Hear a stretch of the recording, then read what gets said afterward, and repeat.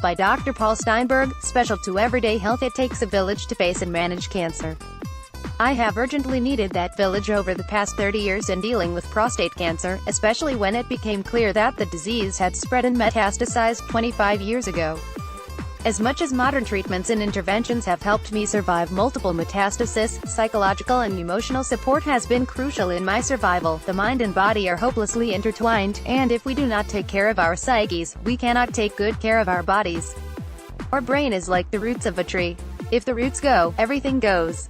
So, if we can find a way to enhance our psychological performance in dealing with cancer, not unlike the performance enhancement techniques used by professional athletes, we might be able to survive longer.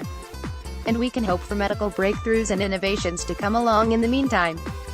In my case, I turned to the 18th century German Dr. Franz Anton Mesmer and the 19th century Russian physiologist Ivan Pavlov for guidance and mentorship.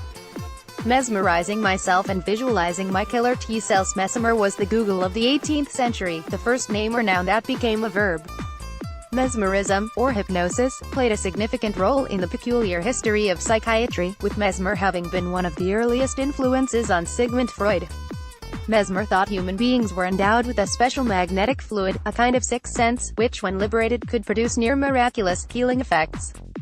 Until controversy and charges of quackery curtailed his career, Mesmer claimed to have magnetized and cured hundreds of patients, many of whom would be considered now to have had what we call psychological conversion reactions, such as hysterical blindness and hysterical paralyses. All I had been looking for in response to the diagnosis and treatment of my prostate cancer back in 1984 was some semblance of control. Was it possible in the face of abject helplessness to synchronize all my efforts, to pull together all my powers, to have access to my so-called magnetic fluids in order to stay alive as long as possible? Was it possible to alter the quality of my life in such a way as to regain some semblance of being a full sexual being, after dealing with the significant sexual side effects associated with the treatments for prostate cancer? Remember, this is 1984, including surgery and radiation and collateral damage. Could I find a way to create good team chemistry within my body, for all my organs and tissues and cells to be working in a coordinated way, in an effort to live a rich and full life? No self-sabotage allowed. No death instinct allowed. No self-destruction allowed. With a background in sports psychiatry, I realized that imaging techniques could be potentially useful. If visualizing effective foul shots in basketball could be virtually as effective as actually shooting, then visualizing my immune system, of, say, my killer T-cells, killing off cancer cells might have some value. Using techniques promulgated by Carl Simonton, considered the creator of psycho-oncology, and his wife, Stephanie Matthews Simonton, I visualized an image of my killer T-cells as purplish and pink Venus flytraps grabbing onto unsuspecting flies hovering around throughout my body, circulating prostate cancer cells ready to lodge themselves as potential metastases.